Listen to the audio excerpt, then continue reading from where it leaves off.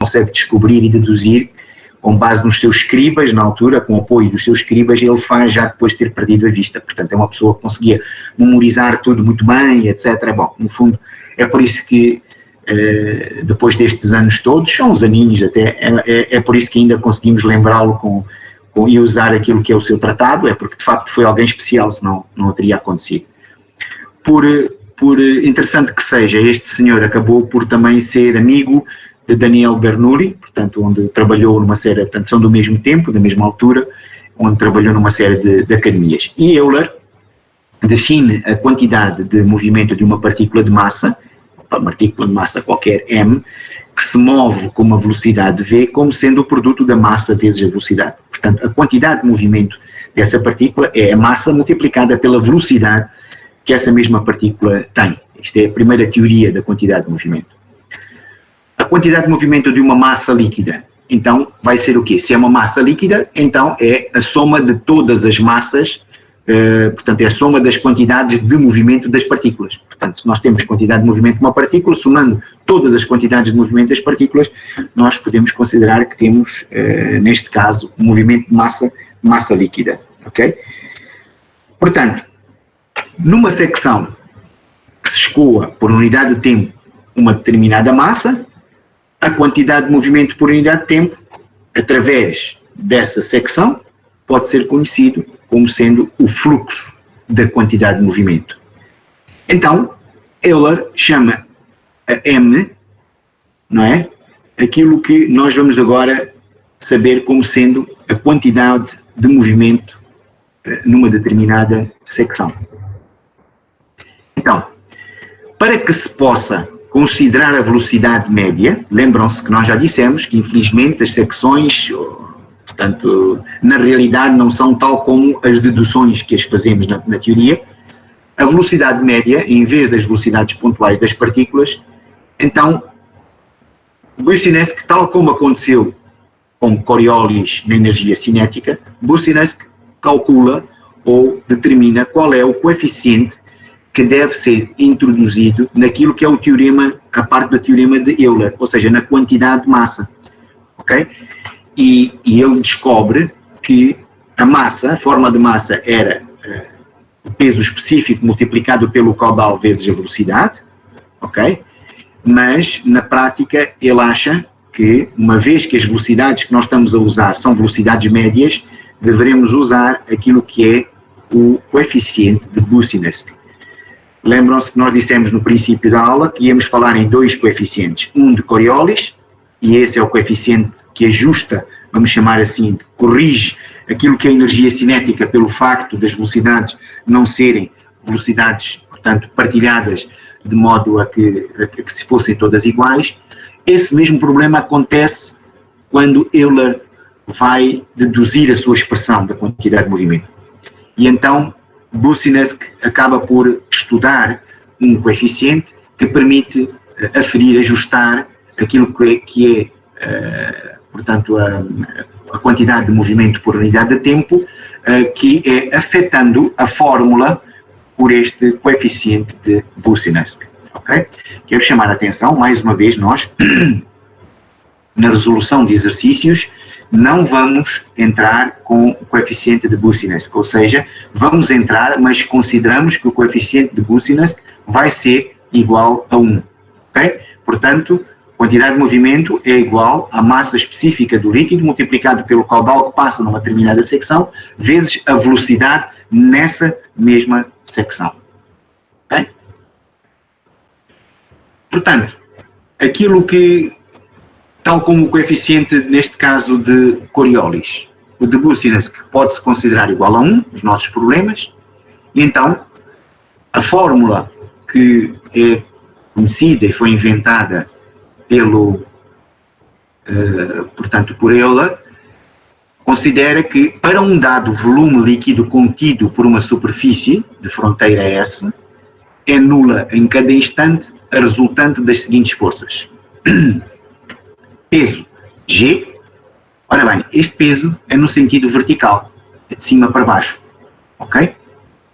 E há resultantes das forças de contacto que são exercidas do exterior sobre a superfície de fronteira. Nós vamos ver um desenho a seguir, e vamos tentar perceber o que é que estamos aqui a dizer. Vocês imaginem um tubo, ok? Deixem ver se eu tenho aqui isto aqui à frente, ok? Imaginem um tubo de água, que está a escoar água. Imaginem que nós, para fazermos uma experiência, vamos cortar, que seja possível, cortar um pedaço de tubo, com o escoamento a ocorrer, e nós consigamos cortar uma secção 1 de uma secção 2, perpendicularmente, e pegamos nesse pedaço de tubo e consigamos imaginariamente colocar numa mesa, ok? Para poder ver o que é que, quando cortamos, o que é que aconteceu àquele escoamento. E o que é que nós temos que fazer então? Primeiro, o líquido estava a correr para lá. Para já, ele próprio tem um determinado peso G. Okay? O líquido que está contido nesta secção toda, que eu cortei, okay? Tem um determinado peso G, força vertical.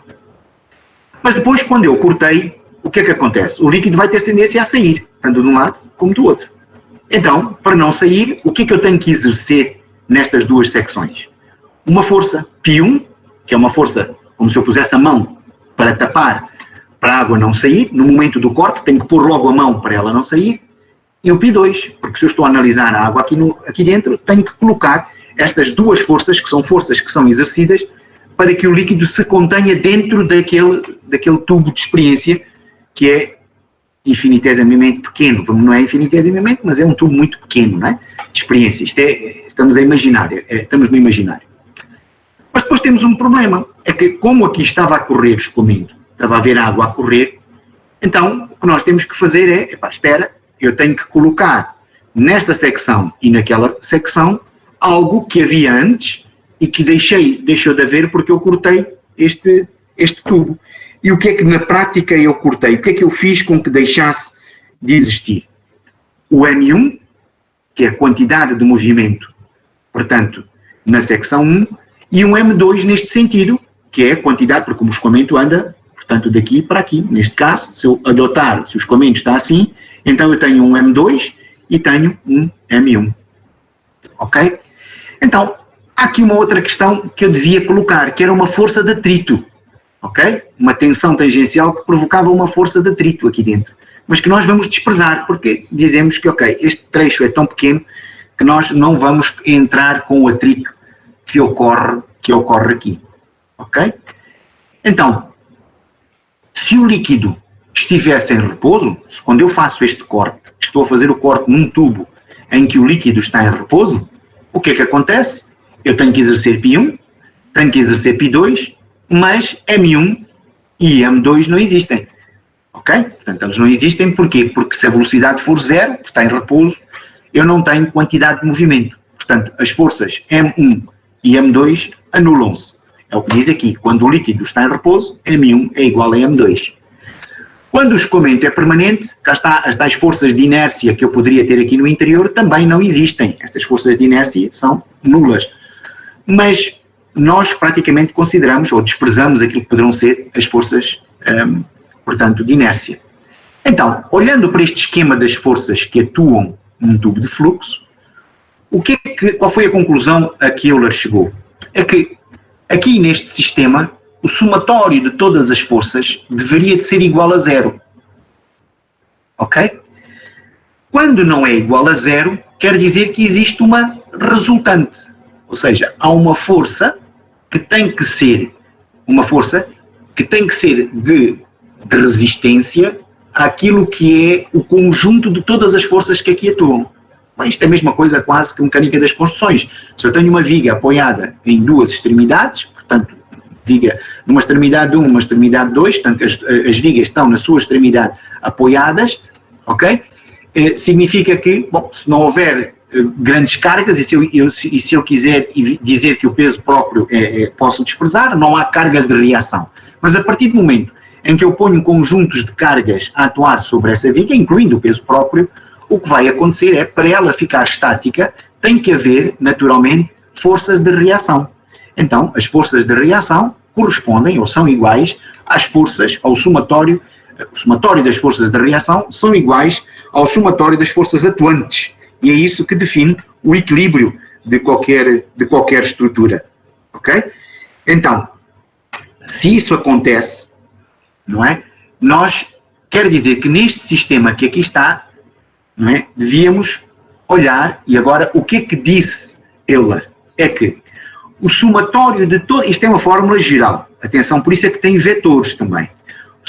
O somatório das forças de peso, isto quer dizer que são forças de peso, mais as forças de pressão. Portanto, aqui o somatório de forças de pressão é π1 mais π2. Se houver mais do que isso, é o π1, π2, π3. Mas pronto, isto é π1 mais π2. Neste caso, estas são todas as forças, as forças π, vetores, mais forças de inércia. Isto já dissemos que no escoamento permanente é igual a zero. Nós vamos considerar sempre este ponto como sendo igual a zero. Mais, e aqui tem parênteses, M1 menos M2. O que é que representa este M1 menos M2? Representa, o M1 representa todas as quantidades de movimento que entram no sistema. Todas as quantidades de movimento que entram no sistema. Menos, neste caso, M2, que é todas as quantidades de movimento que saem do sistema. Ok? Nós, neste caso, estamos apenas a considerar este corte aqui e aqui. Mas poderíamos estar a considerar, por exemplo, vamos supor que esta conduta chega aqui e tem um desvio para cá e outro desvio para cá. Teria aqui na ponta um T. Vamos imaginar que ele tinha aqui um T. Um desvio para ali e um desvio para aqui. Ora, este corte 2 não seria feito aqui. Seria feito aonde? Seria feito aqui, nesta secção depois do T, e seria feito outra naquela secção depois do T. Ou seja, teríamos secção 1, e ao ter um T aqui, não é? Em que a água vem, bate aqui e vai para aquele lado, vem para este lado, ao ter aqui um T, teríamos mais uma secção e outra secção. Era a secção 1, a secção 2, por exemplo, ali, e uma secção 3. Não vale a pena estar a cortar aqui, porque o que nos interessa é cortar nos pontos de saída, que era daquele lado e deste lado. Ok?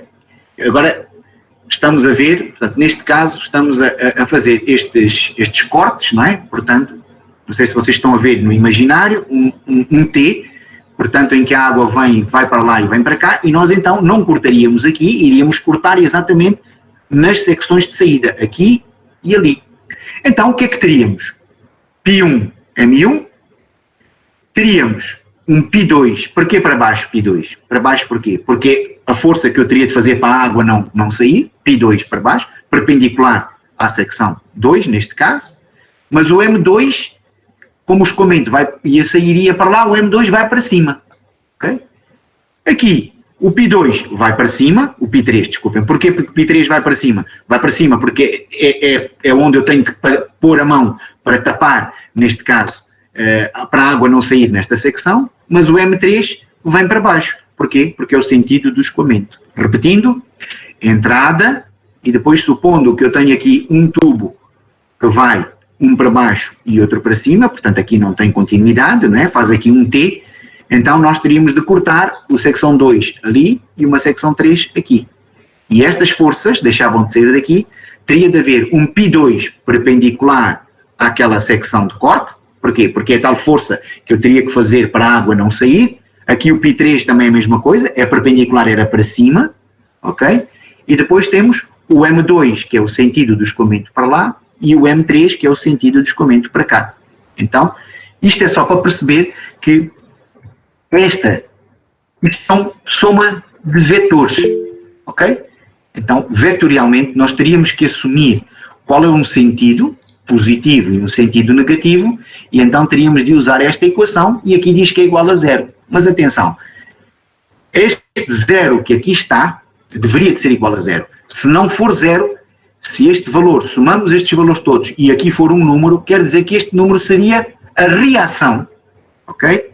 Seria o valor da reação que eu estou a encontrar para poder, portanto, igualar esta equação de Euler. Vocês agora imaginem, eu estava a falar aqui de uma situação, é só para vocês imaginarem, este tubo com um T aqui. Este tubo é um tubo grande, vamos supor de 800 milímetros, vem com muita força, chega aqui, tem que ir para aqui e tem que vir para aqui. O que é que acontece aqui a este escoamento? A força da água a bater neste T para poder desviar, ok? significa que ele vai introduzir neste T uma força bastante grande no sentido de tentar expulsar este T do resto da conduta, correto? Porque ela vem, bate ali para poder vir para cá e para cá. A tendência é tentar separar, vamos dizer, a conduta, não é? Deste T, havendo aqui uma ruptura da água depois a sair. Porque este T está a criar um obstáculo no sentido contrário ao escoamento. Então, o que é que o teorema de Euler quer fazer? É exatamente encontrar neste T qual é a resultante. Sim, alguém está a falar? Sim, Vicente. Sim. Há uma mensagem do colega aqui que diz que não percebeu porque as forças de inércia são iguais a zero no escoamento permanente. Ok, eu não vi essa mensagem porque estamos com o ecrã completamente aberto, portanto não dá para ver as mensagens que entram. No escoamento permanente, aquilo que é considerado o momento de inércia, nós só consideramos o momento de inércia como não sendo igual a zero quando um escoamento é um escoamento variável ou variado. No escoamento permanente é considerado que se ele está a correr com a mesma velocidade ao longo do tempo, portanto, se não houver variação de velocidade, é porque o próprio escoamento, uma coisa é inércia, atenção, outra coisa é resistência, ok? Ao escoamento. Continua a haver resistência, continua a haver perdas de carga, mas se o escoamento mantém a mesma velocidade, as forças de inércia são nulas, porque as forças de inércia são aquelas que fazem com que o escoamento perca essa mesma velocidade. E no regime permanente, as forças de inércia não conseguem, são nulas, porque o escoamento permanece com a mesma velocidade. Não sei se o colega que fez a pergunta se entendeu a resposta, não sei quem é que fez essa pergunta. Está esclarecido?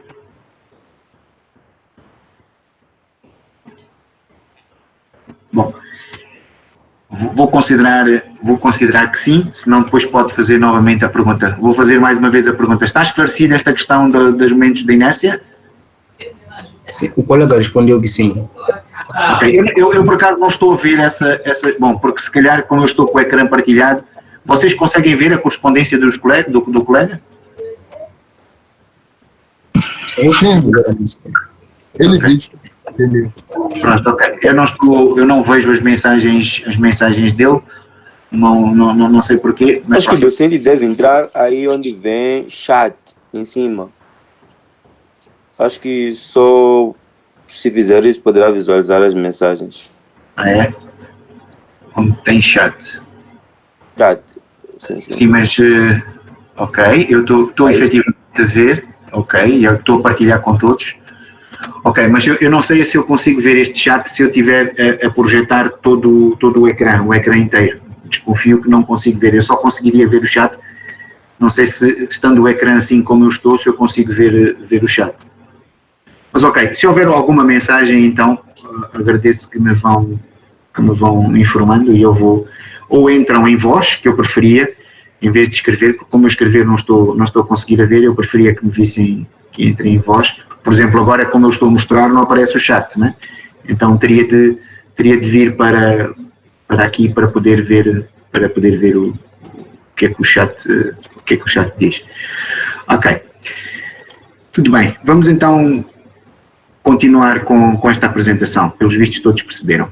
Então, estava eu a dizer que se vocês imaginarem este tubo com um T, e eu penso que isso também, agradeço que se alguém não percebeu que possa falar, em vez de escrever, era, se pode não ter microfone, então escreve e algum colega pode depois dizer-me. Então, o que acontece é que o sistema com abastecimento com água a vir deste momento, se eu tiver este T vai causar aqui, e vocês nem é preciso tanto, vocês podem imaginar serem vocês próprios a agarrar o T, a segurarem o T, ok? E a água estar a começar a correr e ao chegar aí, o que é que faz esse T? Tem a tendência de ser empurrado, portanto, para trás, mesmo que a água esteja a sair neste sentido e neste sentido. Portanto, o que acontece é que é exercida sempre uma força aqui. Ora, por que o teorema de Euler serve? É tentar perceber neste conjunto, ou qualquer outro sistema que seja necessário, que as forças não sejam igual a zero, é ver neste conjunto o que é que acontece, qual é a resultante, não é?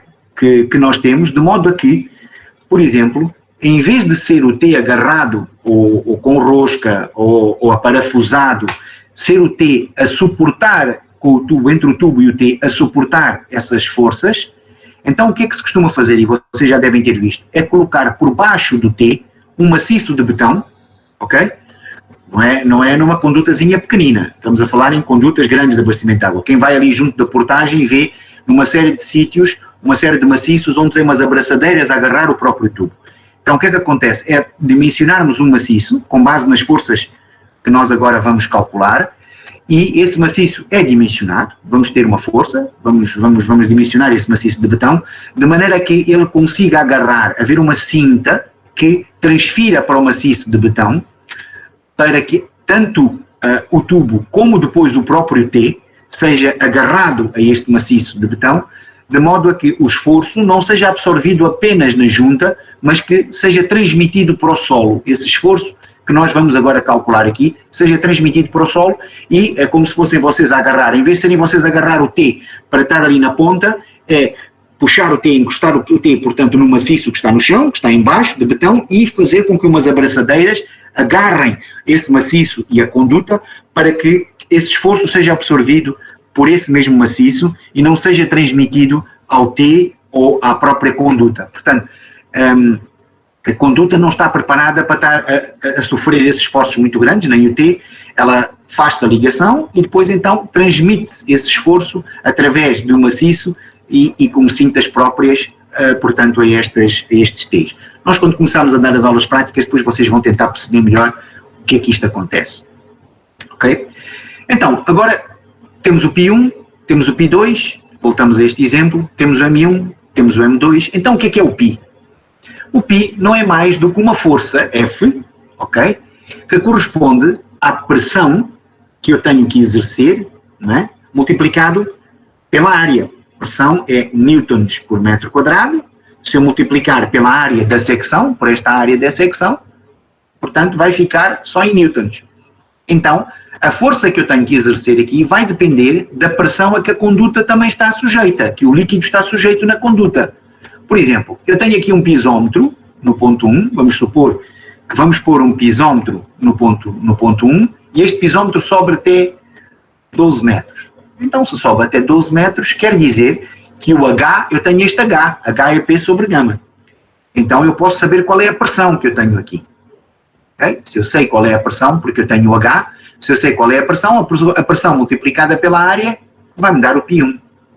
Aqui no ponto 2 vou ter também outro piezómetro que vai ter uma outra altura. Pode ter a mesma, pode não ser a mesma, e portanto significa que eu vou ter um outro Pi2. Porquê? Porque vou conhecer através da pressão qual é, através da altura manométrica, H, vou saber qual é a pressão, e se eu saber qual é a pressão multiplicado pela área, tenho F, ou tenho Pi2, ok? Portanto, este Pi1 e Pi2 podem ser perfeitamente conhecidos, qual é as forças que eu tenho que exercer para manter aqui em repouso. Agora, os M's, também nós já demos, que é aquele ρ vezes Q vezes V, ok?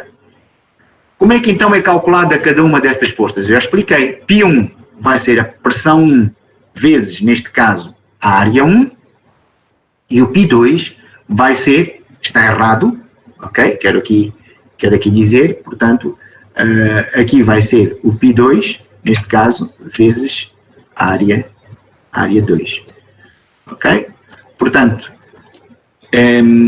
esta fórmula que nós estamos aqui a colocar corresponde às forças de pressão Pi1 e Pi2 e como é que é calculada cada uma das resultantes da quantidade de movimento sobre a superfície de fronteira. Já sabemos, M1 é ρ, Q, U1. Porquê que o Q não é Q1? Porque eu sei que neste caso, no nosso exemplo, o caudal que passa na secção 1 é igual à secção que passa na secção 2.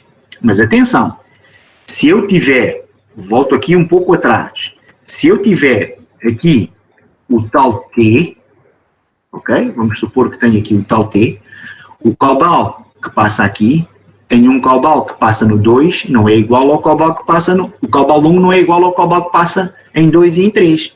Posso saber que o caudal 2 mais caudal 3, pela lei da continuidade, portanto são os caudais que saem, é igual ao caudal que entra, que é igual ao caudal 1, ok? Portanto, eu estou a pôr aqui esta equação para o caso que eu estou a ver ali em cima, mas se for um T, na generalidade eu tenho que pôr aqui Q1 e tenho que pôr aqui o Q2, ok? No nosso caso, Q é igual, porque eu tenho uma entrada e uma única saída, os Qs têm que ser iguais, já as velocidades podem ser iguais, mas também podem ser diferentes. Se calhar, na fórmula geral, vamos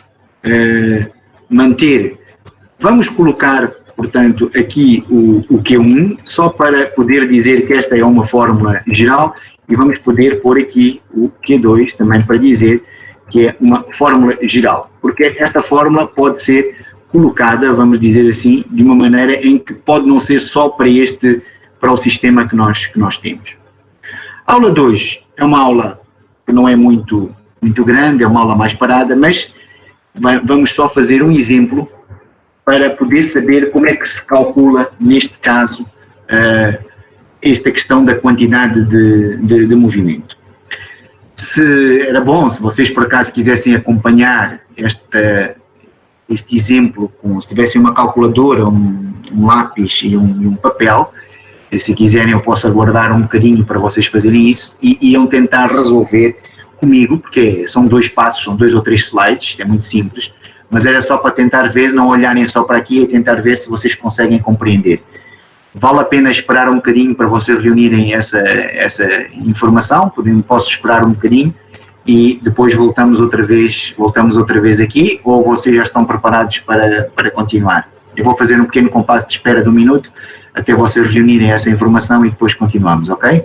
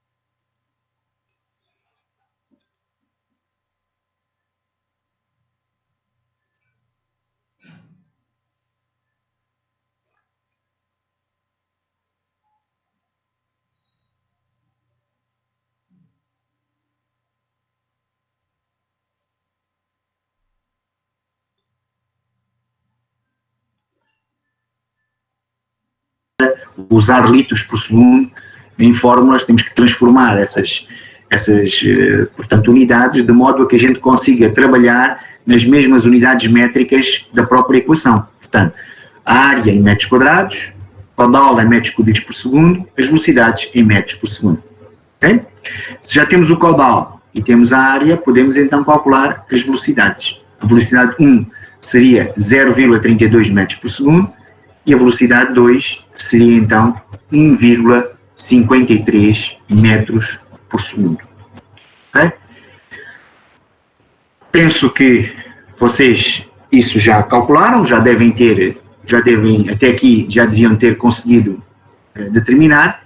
Então, o que é que nós vamos ter que fazer agora? É determinar cada uma destas componentes, o P1, P2, o M1, o M2. Temos aqui o G. Por que é que aqui não é dito G?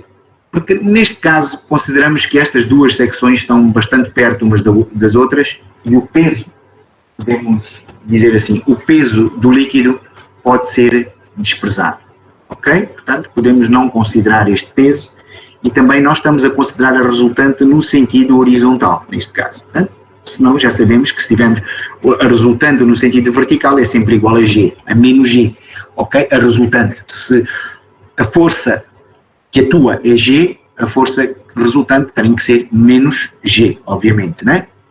Para haver equilíbrio. Agora, penso que todos chegaram a estes valores, se alguém não chegou pode intervir. Então eu quero agora que vocês calculem o π1, o π2, gama 1, gama 2, etc. Eu vou fazer um bocadinho também compasso de espera para vocês fazerem esse. Então o que é o π1? π1 já sabem que é gama H1 vezes A1, ok? Então, a questão é o que é este H1? Ora, o manómetro marca 1,2 kg força por centímetro quadrado.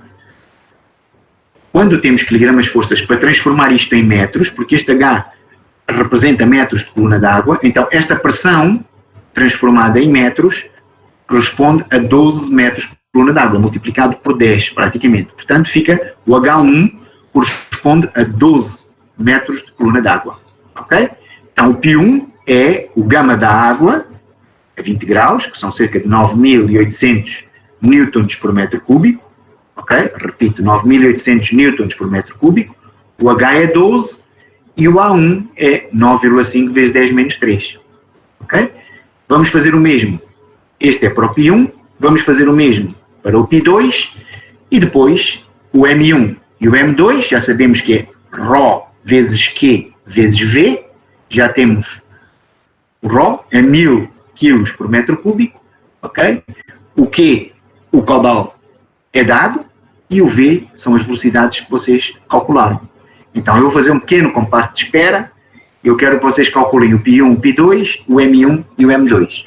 Ok? Depois vamos ver como é que eles entram na equação e no slide a seguir vem a resposta do π1 e do π2, do M1 e M2. Vou fazer só um pequeno compasso de espera para que, enfim, vocês possam fazer essa continha sem estarem a olhar para aqui e a ver se o valor que dá é igual àquele que vem a seguir. Deixo-vos fazer durante uns 30 segundos, um minuto, tentem lá ver qual é a conta e falamos já a seguir. Ok?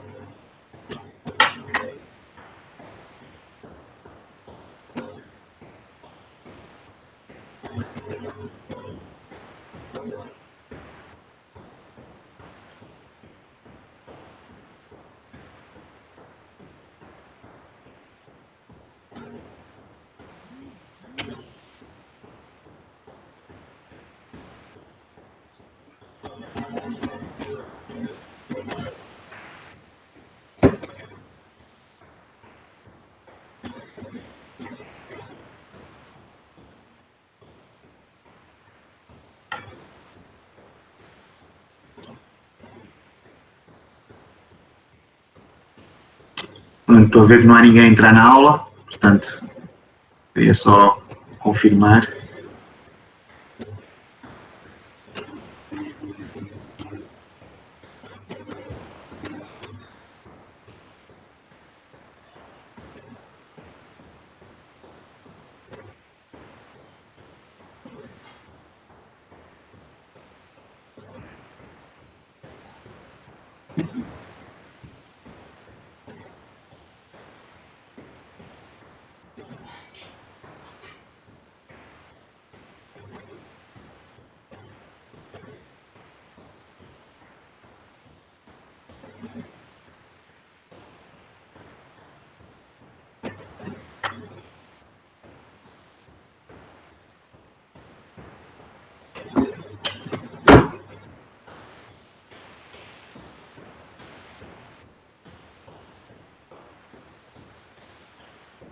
Ok, penso que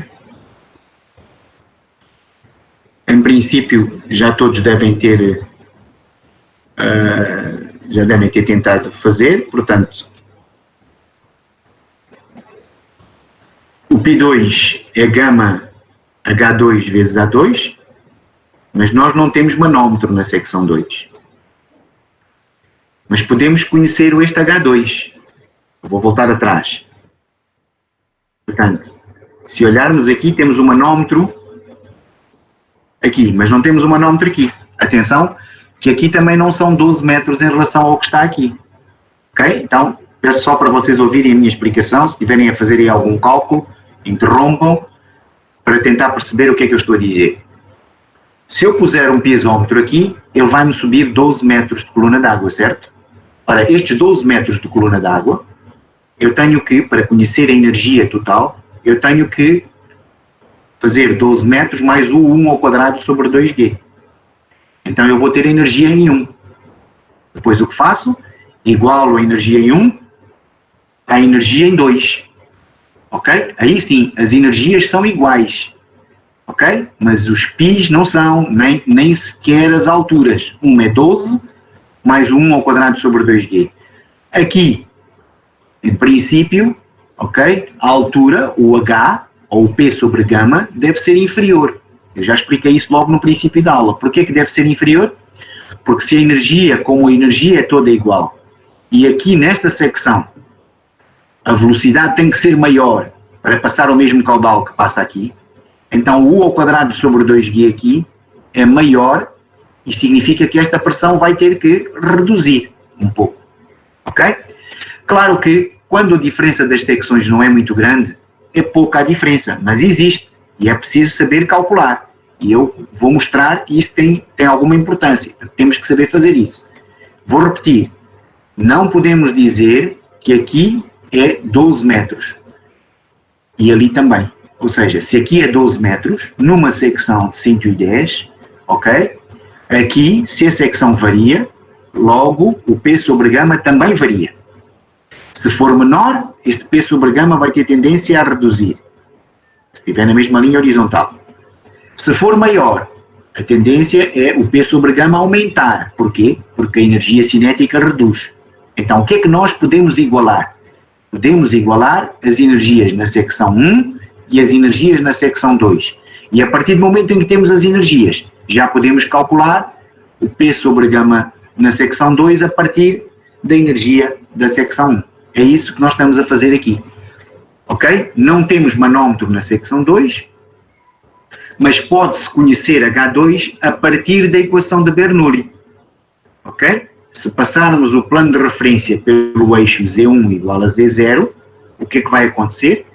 Então Z1 e Z2 são iguais, eles anulam-se, 0, 0. Fica apenas P1 sobre gama mais 1 ao quadrado sobre 2G igual a P2 sobre gama mais o 2 ao quadrado sobre 2G. Correto?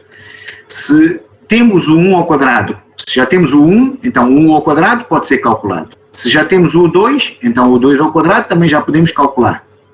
Então o que é que acontece? Substituindo 0,12 aqui, este é uma incógnita, e este é 5,22 vezes 10 menos 3, este é 12, então é 12 mais 5,22 vezes 10 menos 3 é igual à incógnita mais 0,12. Então o H2 é próximo de 12, mas não é 12, é 11,89. Então a partir deste momento já conseguimos encontrar, ok, o H2. Eu vou fazer uma pausa e vou perguntar: perceberam isto que eu acabei de explicar? Há alguma dúvida? Façam o favor de apresentar. Desculpa, docente, eu não percebi. Vou repetir. Nós, quando temos um tubo como este, ok? Quando estamos aqui nesta secção, o que é dado? Neste caso, vamos considerar dados um diâmetro 110 e um diâmetro de 50. Significa que estas secções são diferentes. O caudal que passa na secção 1 é igual ao caudal que passa na secção 2. Ok? Portanto, que é 3 litros por segundo, foi dado. E também é dado um manómetro, mas só na secção 1. E diz-se que no manómetro na secção 1 a pressão é 1,2 kg por centímetro quadrado. Ok? Quando temos isto, se vocês forem fazer a transferência de pressões, se vocês forem ver quanto é que significa quilos, quilograma força por centímetro quadrado para metros de coluna d'água, porque eu preciso, é como se isto fosse agora um piezómetro, quantos metros é que sobem aqui, este 1,2 passa a ser 12 metros de coluna d'água. Ok? Portanto, imaginem um piezómetro e o tubo no piezómetro sobe 12 metros. Então o que é que passamos a ter? Passamos a ter o caudal, as secções e o H, ou P sobre gama, vamos chamar assim, o H, a pressão manométrica, o H que ocorre no ponto 1. Ok? Vamos voltar àquele primeiro slide para recordar um pouco como é que estas coisas funcionam. Estamos numa situação como esta, em que temos, não é? Neste caso, temos uma secção 1 e temos uma secção 2. Não interessa que ela neste caso faz este... Mas há duas secções, uma secção 1 e uma secção 2. Ou seja, temos a mesma linha de energia, a linha de energia é esta, e depois temos uma linha pisométrica. Então, o que nós temos na secção 1, quando cortamos, temos 12 metros, que é até aqui. Então, aqui não sabemos, não é dada, não há um manómetro lá. Portanto, eu não sei quanto é que é P2 sobre gama. Eu sei quanto é que é o U2 ao quadrado. Porquê? Porque eu sei qual é a velocidade na secção 2. Então, posso saber o 2 ao quadrado, mas não sei este. Ok? Então, o que fiz foi, considerei que este plano de referência passa pelo centro deste tubo. Ou seja, estou a anular Z1, estou a anular Z2. Então, há uma coisa que eu sei, é que nesta secção 1 e na secção 2, as energias totais, o H, é igual. H1 é igual ao H2. Ok? Então, o que é o H1? Será que eu conheço o H1 na secção 1? Conheço. Porque já tenho o P sobre gama, que é os tais 12 metros, e tenho 1 ao quadrado sobre 2G. É conhecido. Então, tenho o H1. Como o H1 é igual ao H2, então, eu posso dizer, tenho H2, se eu reduzir este H2 a U ao quadrado sobre 2G, já vou encontrar o P2 sobre gama. Ok? O P2 sobre gama é encontrado através da transferência da energia do ponto 1 para o ponto 2 e deduzo a energia cinética, que já conheço, para encontrar o P2 sobre gama, que é igual ao H2. Este é igual ao H1. Ok? P1 sobre gama é o H1. P2 sobre gama não conheço. É incógnita, mas conheço este. Ok? Estes anulam-se e conheço este. Portanto, se conheço este, se conheço este, estes dois anulam-se. Conheço este, a única incógnita é este. Diz agora se entendeste? Sim, percebi. Ok.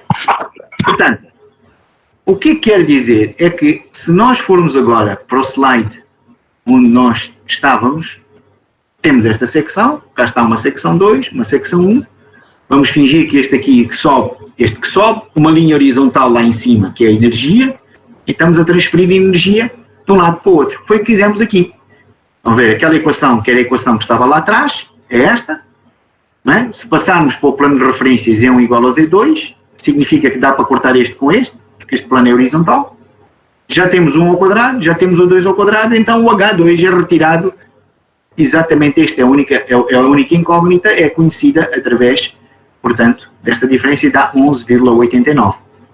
Então, o vosso P1 é 9.800, o H1 é 12 e o A1 é 9,5 vezes 10 levantado a menos 3. Deveria dar 1.117,20. Não sei se deu isso, se não deu isso, alguém que não tenha dado e que tenha feito a conta pode confirmar, e se não deu, pode dizer, pode ver porque é que não deu. Já o P2 terá de ser os 9.800 vezes os 11,89, não são 12, são 11,89, ok? Vezes 1,96 vezes 10,93 dá 228,38 newtons. Quero-vos dizer que em alguma bibliografia, por exemplo, no livro do Quintela, é um livro que alguns de vocês podem ter e podem se socorrer deles, o Quintela não faz esta destrinça. Portanto, ou seja, não vai, considera que 12 metros é a entrada e a saída, se tivessem 3 ele dizia que a pressão ali era a pressão toda igual.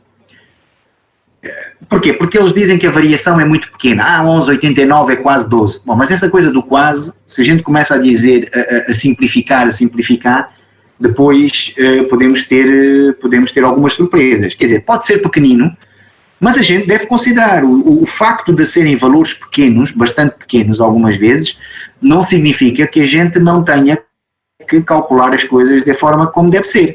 Portanto, não vamos seguir o conselho daqueles grandes mestres de facilitar as coisas, vamos fazer as coisas como elas devem ser e é assim mesmo que devemos de fazer. Ou seja, sempre que eu tenho pressões, portanto, ou melhor, condutas de secção diferente da entrada, e conhecendo uma pressão, as outras devem ser calculadas a partir desta maneira, ok? Que é ir à equação de Bernoulli, igualar as energias, aí sim, podemos igualar as energias e determinar as pressões, ou neste caso, as alturas manométricas, para cada uma das secções, tendo como base uma pressão inicial, ok?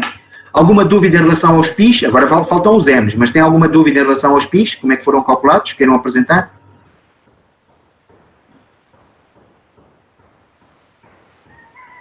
Portanto, em princípio, deve ser este valor. Alguma dúvida? Não. Sim. Sim? Sim. Eu queria saber, eu queria entender. Quando nós... Quem é o nome? Jürgen Vinícius. Diz lá. Sim. Quando nós temos, nós depois de calcularmos a área e tudo, nós queremos determinar o valor da altura. Então, nós temos que, é preponderante nós passarmos para metros coluna de água. Sim, porquê? Porque nas expressões que nós temos, entre a altura pisométrica ou manométrica, ok? Em metros de coluna d'água, ou seja, o que nós, em vez de pôr H1 ali, eu deveria ter posto P1 sobre gama. Se vocês tiverem a pressão, pronto, podem fazer o P1 sobre gama. Em vez de conhecer a altura manométrica, o que é pedido ali é, neste caso, o P1 sobre gama. Portanto, o H1 é a altura manométrica, ok?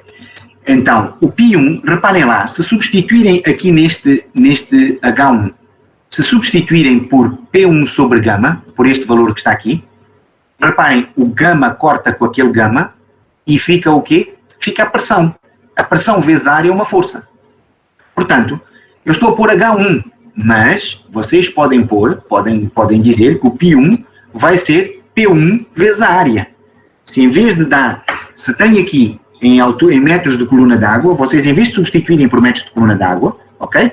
Podem substituir a pressão, que é dada em quilogramas força por centímetro quadrado, em newtons por metro cúbico. Também podem transferir. Porquê newtons por metro cúbico? Porque, pelo sistema de unidades, este π deve ser dado em newtons, e vocês têm quilograma força por centímetro quadrado, têm que transferir em metros cúbicos. Portanto, tem que ser, metros quadrados. Tem que ser, neste caso, a pressão que é dada aqui atrás, esta pressão de quilograma força por centímetro quadrado deveria de ser newtons por metro quadrado. Se transformarem isto em newtons por metro quadrado, vem esta expressão e em vez de pôr gama vezes H vezes A, é importante que vocês saibam que o π é uma pressão vezes a área. E ponto final. É só agarrar naquela pressão que vocês têm, multiplicarem pela área e vão ver que vai dar exatamente a mesma coisa. Não sei se está entendido a explicação. Está entendido. Obrigado. Ok. Podemos avançar, há mais algumas questões, falta só agora o M, que é para a gente pronto, ver qual é o resultado final para o π. Bom, não havendo, a gente vai... Sim, bom. Sim, sim, bom dia. Não? Não estou a conseguir. Estevão, Machucha Estevão, pá. Sim, diz lá, Estevão. Não estou a perceber como o docente transformou H1 para 12 metros, 12 MCA. Pronto, vocês vão ver. Porque nós sabemos que a altura devia ser a pressão sobre... Devia ser densidade sobre pressão. Vocês é assim, recorram às tabelas do Manual de Lencastre. Existe uma tabela, portanto, no Manual de Lencastre, que faz todo o tipo de conversões de pressões em quilograma força por centímetro quadrado para newtons por metro quadrado, de quilogramas força por centímetro quadrado para metros de coluna d'água, ok? Portanto, podem transformar isso tudo e como é que transformamos para H 12 metros? É simples, portanto, vocês pegam numa pressão 1,2 kg força por centímetro quadrado, ok? O que é igual a H? É a pressão sobre o gama, ok? Isto é quilogramas força, teriam que multiplicar por 9,8 para ter newtons, ok? Daria 11, qualquer coisa por centímetro quadrado. Então era 11, qualquer coisa por centímetro quadrado, mas teriam que multiplicar vezes 10 levantado a menos 4 para ser por metro quadrado. Então, o metro quadrado já tinham, neste caso, newtons por metro quadrado. Se transformarem isto em newtons por metro quadrado, ok? A pressão, e dividirem pelo gama da água, ok? Porque o H é igual, vocês já viram, não é? O H é igual a P1 sobre gama. Se vocês tiverem esta pressão, não em quilograma força por centímetro quadrado, mas em newtons por metro quadrado, se dividirem por newtons por metro cúbico, vocês vão ter exatamente 12 metros, ok? Portanto, no fundo, como se encontra isso é simples, é substituir nesta equação a pressão, atenção às unidades, não podem pôr aqui 1,2 a dividir por 9.800, não, têm de colocar a pressão em newtons por metro quadrado, porquê? Porque o gama está em newtons por metro cúbico, portanto, significa que tem que entrar com newtons na pressão e tem que entrar com metro quadrado, porque aqui tem metro cúbico. Se substituírem esses newtons por metro cúbico, por metro quadrado aqui em cima e dividirem por 9.800, vão ver que isto vai dar 12 metros certinhos, ok? Está tirada a dúvida? Sim, você... Opa, eu estava a usar uma forma errada, mas agora sim. Portanto, vocês podem recorrer sempre que quiserem fazer estas transformações de pressões, ou façam assim, como eu acabei de explicar, ou podem recorrer às tabelas do Manual de Lencastre, onde vem uma tabela onde diz para transformar A em B, multiplica A pelo coeficiente tal. Para transformar B em A, multiplica o B pelo coeficiente tal para dar igual a A. Portanto, isto aparece nas tabelas, ok? Portanto, pode ser verificado. Então, em relação à quantidade de movimento, como é que nós fazemos em relação à quantidade de movimento? Já sabemos que M1 é ρQV, M2 é ρ vezes Q vezes V, ρ, portanto, neste caso é massa específica, 1000 vezes 0,003 vezes a velocidade, que é 0,32, daria 0,96, e M2 vai ser 1000 vezes 0,003, a única coisa é que aqui a velocidade, aqui era 0,32 e aqui passou por 1,53. Portanto, aumentou para 4,59. Ok? Depois vamos usar a equação geral de Euler, em que vamos desprezar o peso do líquido, porque, atenção, G é no sentido para baixo, nós temos sempre que fazer duas coisas, é tentar perceber que isto são forças vetoriais, portanto, agora vamos tentar encontrar a resultante horizontal, ok? Sendo G um peso para baixo, não é? Nós vamos, nesta equação não vamos entrar, vamos considerar todas as forças horizontais. Então, o que é este π? Okay? Nós temos sempre que considerar o sentido e orientação dos vetores. Então, nós vamos considerar o sentido positivo, ok? Aquele que é da esquerda para a direita. Né? Aquela coisa que a gente tem, um eixo x e y, neste sentido o x é positivo, portanto daqui para cá, positivo, e para cima normalmente o y é positivo. Não é? São estes eixos ortogonais que normalmente a gente representa, x e y. Ora bem, no y não vale a pena porque nós vamos considerar que o g é igual a zero. Se houver alguém com o microfone ligado, peço para desligar. Portanto, o g, a não ser que queira intervir. O g é uma força vertical, portanto significa que nós seria no sentido y e nós não vamos entrar com estas equações. Todas elas, o π, o m, o i já dissemos que era zero, tanto o π como o m são forças de sentido horizontal. Portanto, em que nós escolhemos um sentido, que era, portanto, da esquerda para a direita, positivo. Da esquerda para a direita, positivo. Está aqui, este sentido. Ok? Então, como desprezamos o peso do líquido e a conduta no trecho em análise, então não há forças no sentido vertical, apenas no sentido horizontal. Então vamos lá ver. G, zero. Ok? Forças π. Somatório das forças π. Quais são as forças π que nós temos somadas? Um vetor. Temos π1, positivo. Será? Vamos olhar aqui para trás.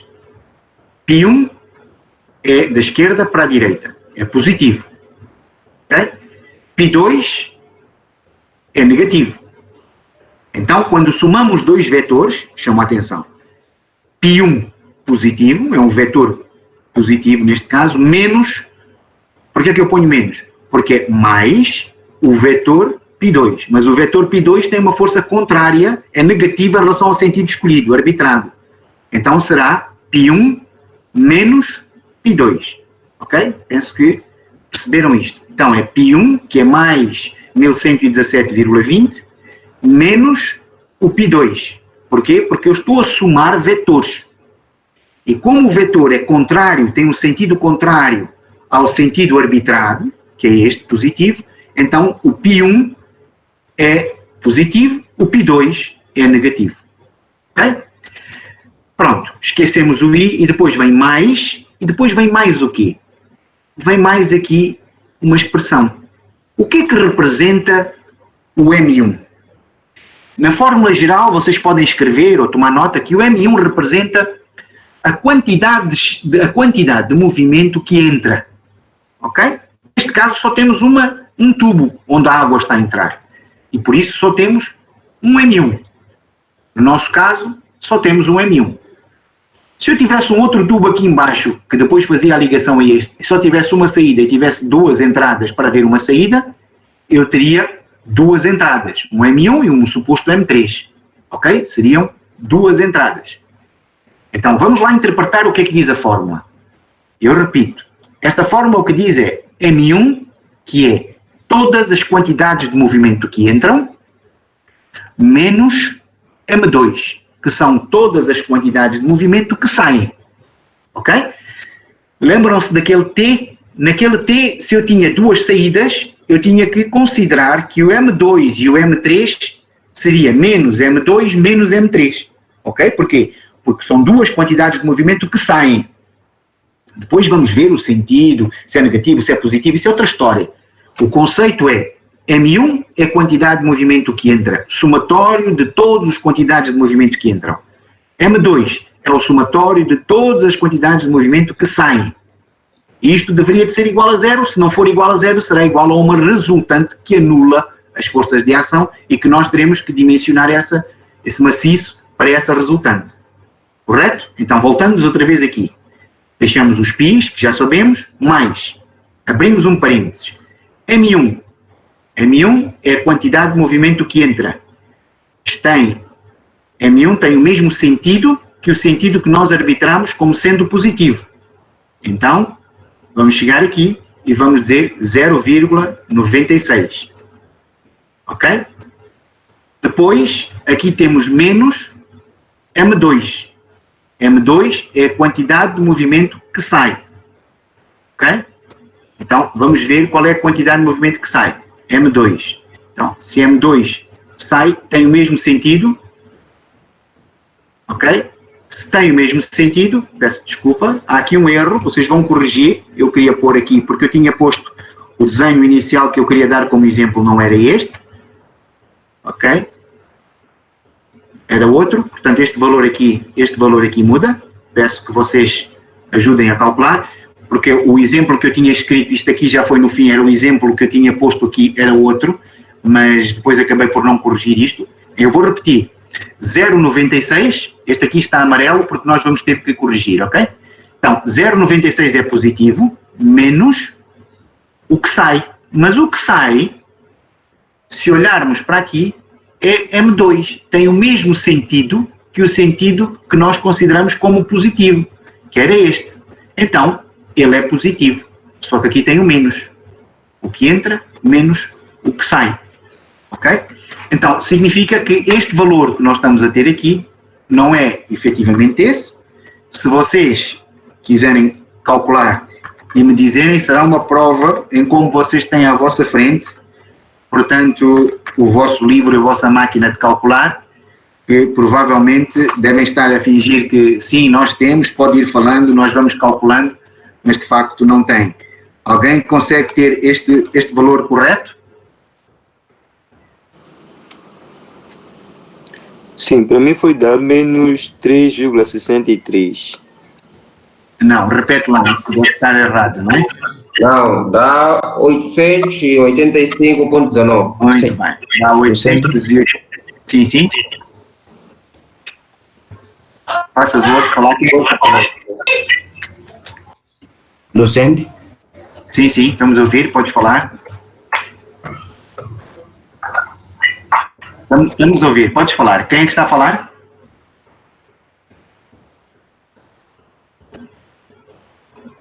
Quem é que está a falar? Eu queria dizer que apanhei o mesmo número. 885.19. Sim, sim. Pronto, correto. Ok. Pronto. Então, eu vou repetir aqui esta última parte para que todos consigamos perceber, porque é o último slide da aula. Nós olhamos para esta equação, o que é que nós estamos à procura? Aqui diz que é zero. Mas, se não for zero, quer dizer que isto, normalmente a fórmula geral é zero. Mas deveria de haver aqui, se o valor não for zero, quer dizer que será o valor de uma reação às forças que atuam. Ok? Então, a reação, neste caso, seria de 885.19. Correto? Portanto, o que quer dizer é que nós, olhando para isto, considerando agora só, eu ponho aqui RH porquê? Porque eu estou a considerar só as forças que atuam no sentido horizontal, não estou a usar o G, o peso, ok? Então, usando apenas as forças no sentido horizontal, nós temos os P's e temos os M's. Então, olhando novamente para isto, o G é zero, o P1 é mais 1117,20, voltamos aqui à equação, porquê mais? Porque o P1 é positivo, porque tem o mesmo sentido do escoamento, P1 tem o sentido positivo. Depois temos, o que é que diz? P é P1 mais P2, ok? Neste caso, mais P3, mais P4, é a soma de todos os P's, vetores. Então, se eu somar, portanto, neste caso, mais, se eu fizer mais, é a mesma coisa que eu aqui, o correto seria mais P2, mas é por mais o P2, só que o P2, neste caso, seria, isto é só para vocês poderem perceber melhor, ok? Isto é o P1, o P2 é mais, só que o valor de P2, olhando para aqui, se eu estou a somar vetores, este vetor tem um sentido contrário ao sentido que eu arbitrei como sendo positivo. Se vocês arbitrarem o sentido positivo, o outro lado, tanto faz, portanto ia dar a mesma coisa, só que com um sinal contrário, ok? Então, significa que entre P1 e P2 eles têm sentidos opostos. Se têm sentidos opostos, aqui vai ter o valor de negativo, menos 228,38, ok? Continuamos a olhar para a equação. Depois tem mais quantidade de movimento que entra, menos a quantidade de movimento que sai. Aqui só tenho uma única quantidade de movimento, que é M1, e só tenho uma única quantidade de movimento que sai, que é M2, ok? Então vou olhar para a figura, o M1 é positivo, porque tem o mesmo sentido, e o M2 é positivo, porque tem o mesmo sentido. Os dois são positivos. Por isso é que na fórmula, o que eu quero saber é o que entra menos o que sai para saber o que fica aqui dentro. Então, como os dois têm o mesmo sentido, na fórmula eu ponho quantidade de movimento que entra menos a quantidade de movimento que sai. Por isso será 0,96 menos, abrir parênteses, mais 4,59 e dá então os 885,19. Alguma dúvida relacionada com este valor RH? Ou seja, se eu tiver, eu sei que aqui neste conjunto, o facto dela ter aquela configuração vai provocar um esforço adicional à conduta de 885,19 newtons. Parece que não, mas se dividir isto dá quase 90 quilos, quilograma força, 90 quilos. Portanto, depois temos que perceber, quando estamos a dimensionar as condutas, se a própria conduta absorve este esforço ou se nós temos que colocar, portanto, e o que é que provocou? Se olharmos para aqui, o que é que provocou? O que provocou esta alteração foi este cone, ok? Porque se ela tivesse toda direitinha, vocês iam ver que praticamente a resultante era zero. Porquê? Porque P1 seria igual a P2, M1 seria igual a M2, aqui o manómetro, a leitura do manómetro era igual a esta, ou seja, seria tudo igual a zero, ok? Como houve aqui este cone, estas secções passaram a ser diferentes, alterou, então há uma resultante RH, ok? Que é, neste caso, que a tua RH é no sentido positivo para lá, tem que haver uma reação, teríamos que construir ou criar aqui um maciço por baixo, por exemplo, como as abraçadeiras para agarrar esta parte e esta parte, para que esta força fosse absorvida diretamente pelo maciço e não tivesse apenas a conduta sujeita a este mesmo esforço. Estou à vossa disposição para qualquer dúvida que tenham tido em relação a este problema. Vicente? Sim? Gullit Mendes aqui. Eu gostaria de Só um minuto. Gullit Mendes. Sim, diz lá, Mendes. Eu queria saber se, por exemplo, na saída, nós podemos ter uma saída com 2 tubos em V. Então, o M2 e M3 teriam componentes verticais. Queria saber se teríamos que calcular então aí a resultante vertical. Exatamente. Ou seja, se nós tivéssemos 2 saídas em V, vamos chamar assim, então este foi um exemplo muito simples. Vocês se forem ver os problemas, agora todos os outros problemas que a gente vai fazer vai ter problemas desses, que é exatamente o que tu acabas de dizer. Como a força tem que ser perpendicular à secção, temos uma força oblíqua que vai ter uma componente RH e vai ter que ter uma componente RV. Então, esta equação que nós fizemos para a parte horizontal, teríamos que fazer exatamente a componente para a parte, portanto, Y. Ou seja, vamos lá ver, não vamos fazer confusão. O G é para baixo. Agora, vamos olhar um sentido num plano, um plano ortogonal. O plano ortogonal tem o X e o Y. Portanto, o G, que é o peso, é o Z, é no sentido Z. Portanto, continuaria a não entrar. Mas, efetivamente, neste plano ortogonal, se temos uma força oblíqua, vai haver 2 componentes, a componente X e a componente Y. Exatamente. Então, isso significa, tal como, em vez de ser em V, só um minuto. Não conseguimos ver a projeção. Sim, não, a figura, eu não tenho aqui nenhuma figura que represente aquilo que o vosso colega Mendes falou. Por isso é que eu não estava aqui a representar. Mas reparem, eu aqui tinha dito, por exemplo, que neste sistema, deixa-me lá ver aqui onde é que nós tínhamos a fórmula aqui. Há bocado tínhamos dito aqui que havia, por exemplo, um T. Okay? O que o vosso colega falou foi outra coisa, foi dizer que havia aqui 2 saídas, uma assim e outra assim. Neste caso, se houver uma saída em T, uma para cima e outra para baixo, correto? Se tivermos uma saída para cá, outra para cá, o π e o m estão no sentido vertical, é isso que ele acabou de dizer, e está correto. Ou seja, não temos nem o π2 horizontal, nem o π3 horizontal, nem o m2 horizontal, nem o m2, nem o m3 horizontal, não existe. Só existe o π1, m1. Portanto, a resultante H só depende destes 2. A resultante, neste caso não digo vertical, mas no sentido Y, porque o vertical é G. A resultante no sentido Y será apenas com a componente π2, m2 e π3, m3. Portanto, nós teríamos que usar a mesma fórmula que estamos a usar aqui, exatamente a mesma fórmula, esta, só que aqui teríamos que pôr πH, resultante dos πHs, resultante do M1H, resultante do M2H e vai dar uma resultante H. Por isso eu aqui fiz questão em escrever RH. Se houver uma componente Y, vamos ter P, πY, M1Y, M2Y e vai haver uma resultante RY. Então depois o que é que temos? Uma força RH que tem um sentido, uma reação RY que tem outro sentido e, usando, portanto, as hipotenusas, que é a soma ao quadrado dos catetos, portanto, que é o teorema de Pitágoras, a gente consegue chegar à resultante final e depois qual é o ângulo que faz entre a vertical e a horizontal. A solução do problema é essa, é dizer exatamente, olha, a força que atua tem esta intensidade, tem este sentido e tem esta orientação. Não sei se, Mendes, se ficou esclarecido isto que eu acabei de explicar. Está esclarecido, docente, obrigado. Ok? Alguma questão que vocês queiram apresentar mais em relação a isto, esta questão que eu acabei de explicar?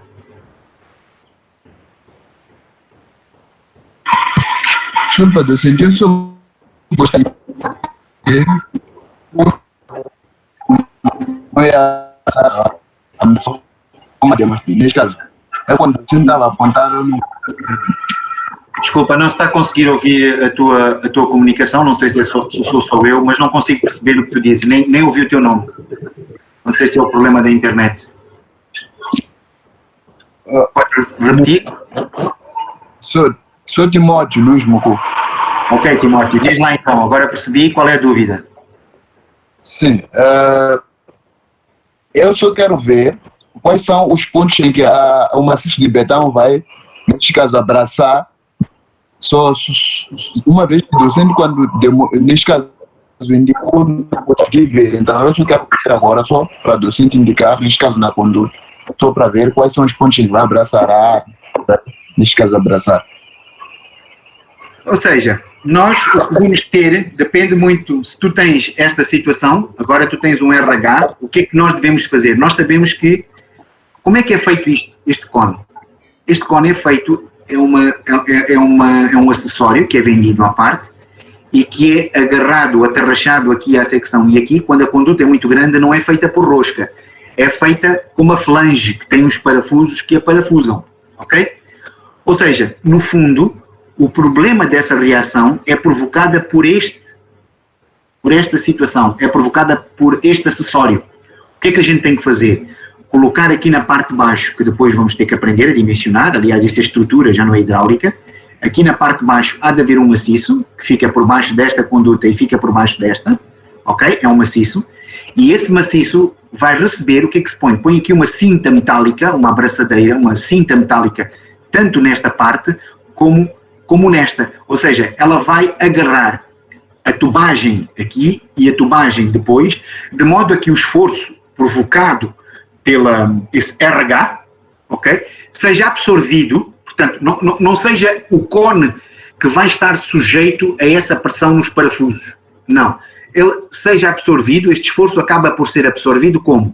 Como tenho a cinta que está apertada para o betão que está em baixo, então quer dizer que aquela conduta está agarrada, é como se fosse, por exemplo, tu a seres puxado por uma outra pessoa, mas para que tu não sejas à mão, agarras na mão a uma outra pessoa e põe um risco no meio e um puxa por um lado e outro puxa por outro. Para que esse esforço, para que tu não fiques sozinho a suportar esse esforço, se aparecer alguém por trás de ti que agarra e faz força também no teu sentido, significa que está a aliviar essa pressão. Portanto, o esforço todo que tu estás a fazer, embora exista, continua a existir essa pressão, e o que acontece é que essa cinta vai fazer, apertando a conduta para a conduta de betão, ela não vai sair, não se vai deslocar por causa desse esforço, porque essas cintas estão a absorver o esforço, quer de um lado, neste caso, quer aqui, e quer aqui. Ok? Se tu tiveres um T, vamos supor que agora chegas aqui e tens uma conduta para cima, outra para baixo, normalmente o que se faz, não é para cima e para baixo, porque agora estamos a ver isto por cima, um plano. Ok? Estamos no sentido Y e no sentido X. Então, se tiveres um T, que vai a água para lá e a água para cá, normalmente o maciço de betão abrange quer a conduta esta, quer os T's. Para quê? Para ela poder apertar aqui, esta cinta, para apertar ali e para apertar aqui. Ou seja, faz que todo o esforço que seja, que está a ser transmitido àquele acessório, seja transferido para o maciço de betão e ela não rebenta, não sai dali. Porquê? Porque tem exatamente a ancoragem a empurrar as condutas para esse maciço, fazendo com que ela não se desloque, não saia daquele local, e estando ela a absorver todo o esforço provocado pelo escoamento. Não sei se está entendido? Sim, está entendido. Ok? Mais alguma questão?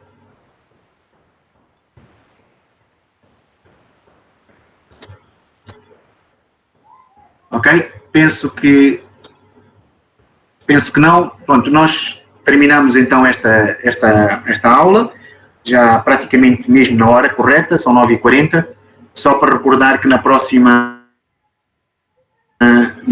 quinta-feira, em princípio, será às 13h30, eu vou tentar ver se é possível às 13 ou não, vamos tentar só fazer essa pergunta, mas se calhar é capaz de ser mesmo às 13h30, fica às 13h30, se houver alguma alteração eu vou informar, portanto depois poderemos pelo WhatsApp alinhavar e acertar, está bem? Desculpa, docente. Sim. Sim, ainda é o Timóteo. Sim, Timóteo, diz. Então, a minha dúvida agora é na fórmula do cálculo do R. Na fórmula de? Sim, esta é a fórmula do cálculo do R. Não percebi. A fórmula... Esta fórmula aqui, neste caso, em que o somador das forças é igual a zero. Sim. De Euler. Esta aqui. Ok? Sim. Então, o caso do G, você explicou, neste caso, todas as situações, o Pi também, o M. Agora, o caso do I, se tivermos o exemplo em que o Mendes deixou aqui, qual seria o papel do I? Não interessa. Significa que nós, se estamos a considerar... a verdade é que nós, quando estamos a fazer o cálculo destes sistemas, nós consideramos que para um dado momento o escoamento está-se a processar, é um escoamento permanente. Sempre que o escoamento seja permanente, nós dizemos que o somatório das forças de inércia, dos momentos de inércia, são igual a zero. Além disso, nós estamos a considerar estes cortes que nós estamos a fazer para fazer a análise são muito próximos dos nós, ou muito próximos das situações em que há esta alteração. A distância entre as secções é muito pequena.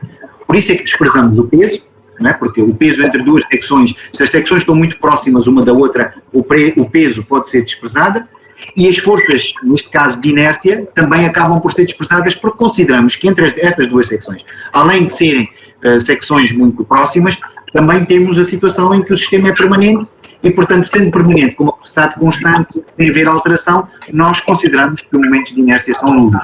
Portanto, continuamos a não considerar os momentos de inércia. Está certo, percebi. Ok. Ok, bom, eu não sei se há mais alguma questão. Penso que neste momento... Bom dia, docente. Sim, bom dia. Falo Martin Mendes. Sim. Docente, tem um colega que pediu para perguntar se existe alguma diferença entre a altura nanométrica e pisométrica. Estou a ver agora, por acaso desliguei a apresentação e estou a ver que foi o Mugabo que fez essa pergunta. Sim. Existe diferença entre a altura manométrica e pisométrica?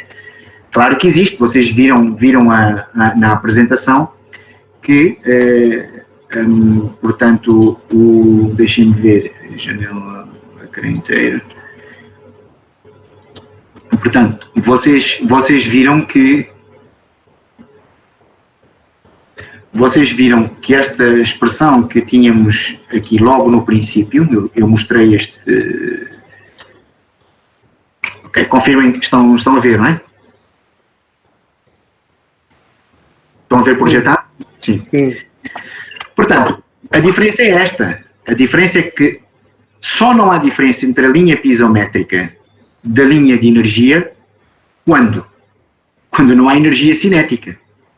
Porque esta linha sobe e coincide, a linha pisométrica coincide com a linha de energia porque as energias cinéticas desapareceram. Ou seja, a linha de energia e a linha pisométrica só são iguais quando nós estamos em hidrostática, quando nós temos o líquido em repouso.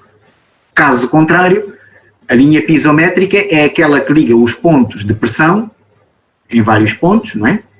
E a linha de energia é sempre a linha pisométrica acrescida da energia cinética. Ok? Portanto, a energia potencial é aquela que mostra a linha, neste caso, a linha pisométrica. E a linha de energia é a soma da linha pisométrica mais o ao quadrado sobre 2G para dar a linha de energia, dar este valor que lá está. Não sei se está respondida a pergunta.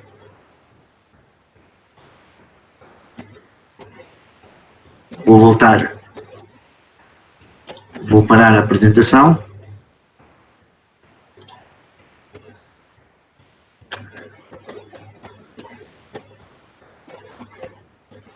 Mugabe não percebeu?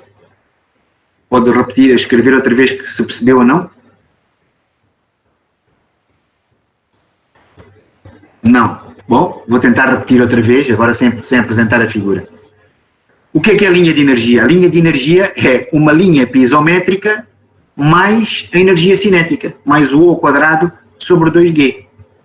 Então, quando é que as duas linhas coincidem? Elas só podem coincidir, ok? Quando eu tirar essa energia cinética. E quando é que eu tiro a energia cinética? Quando não há velocidade no escoamento. Quando é que não há velocidade de escoamento? Quando nós estamos com o líquido em repouso. Ou seja, quando estamos em hidrostática.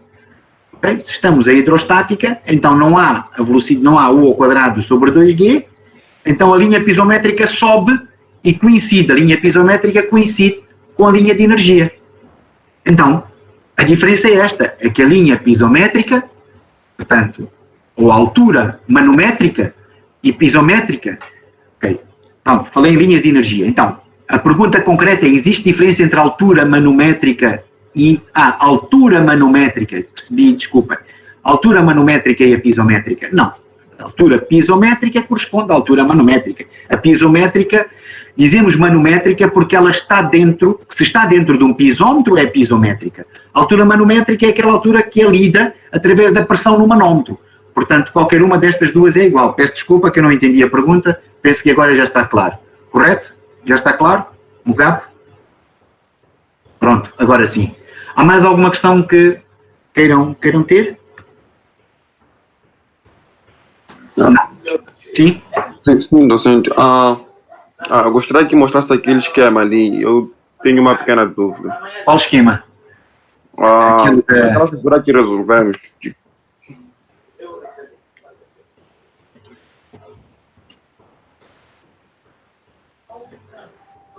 Sim, docente, sim. Supondo que...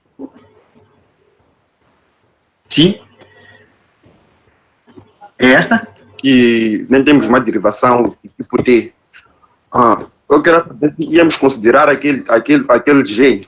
Aquele G também. Porque não. Parece que é uma componente vertical, né? Não. Vamos lá ver. Temos que perceber o plano em que isto está. Ok, está bem. Está bem? Temos que perceber o plano em que isto está. Neste momento, eu estou a considerar isto em corte para poder ver a altura pisométrica e manométrica, certo? Ou manométrica. E há um G para baixo, que eu não pus aqui neste, não existe neste, mas há um G para baixo. Mas, reparem, as forças que eu estou a utilizar são neste sentido. São neste sentido. Não são as forças neste sentido. Portanto, mesmo tendo um T, ou tendo seja o que for, desde que o T não seja virar para baixo, se o T for virar para baixo e continuar depois visto em corte, então temos que ter atenção que, afinal de contas, quando viramos para baixo, o que estamos a considerar aqui já não é no sentido Y, é no sentido Z, porque o G, a força G, está no sentido Z, perpendicular, não é? Portanto, ao plano. Enquanto que se em planta eu colocar, porque o outro esquema que eu estava a colocar aqui, portanto, estávamos a falar deste esquema, este esquema está em planta, ok, neste caso não está, mas porquê? Se eu considerar isto em planta, este G está no sentido perpendicular a este plano, está bem? Portanto, o G não se considera independentemente de ter o T ou de ter o... É só preciso perceber se estou a ver em planta o T ou se estou a ver em corte o T, está certo?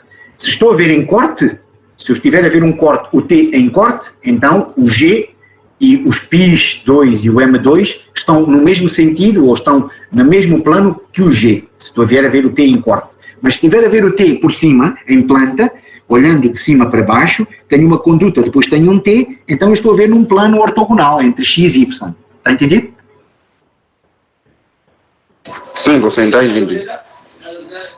Okay. Tá bom. Bom, penso que em princípio não deve haver mais questões. Sim, eu tenho uma dúvida.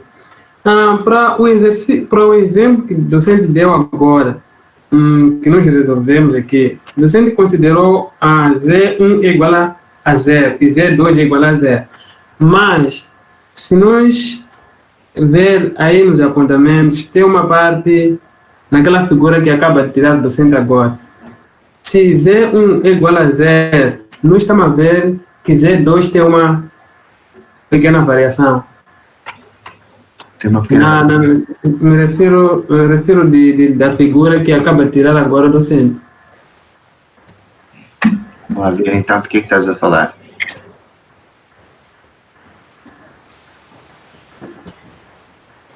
É esta? Não, aquela outra que tem... Esta? Sim. Não, aquela, falta outra. Tem uma outra que está... A primeira, esta? Sim. Sim. Aí, nós estamos a ver se Z2, Z1 é igual a 0. O Z2 não vai ser igual a 0. Por que não vai ser? Vai ter um diâmetro um pouco menor. Está bem, mas o que é o Z? Vê lá, repara bem o que é o Z. O Z é o quê? O que é o Z? É a distância que separa um plano, Sim. não é, do eixo. Ora bem, esta distância daqui ao eixo, que é o ponto 2, não interessa qual é o diâmetro da conduta.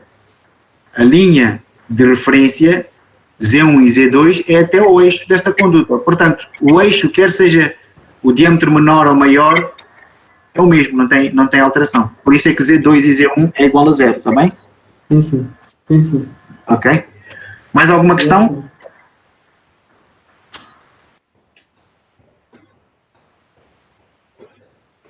Mais alguma questão?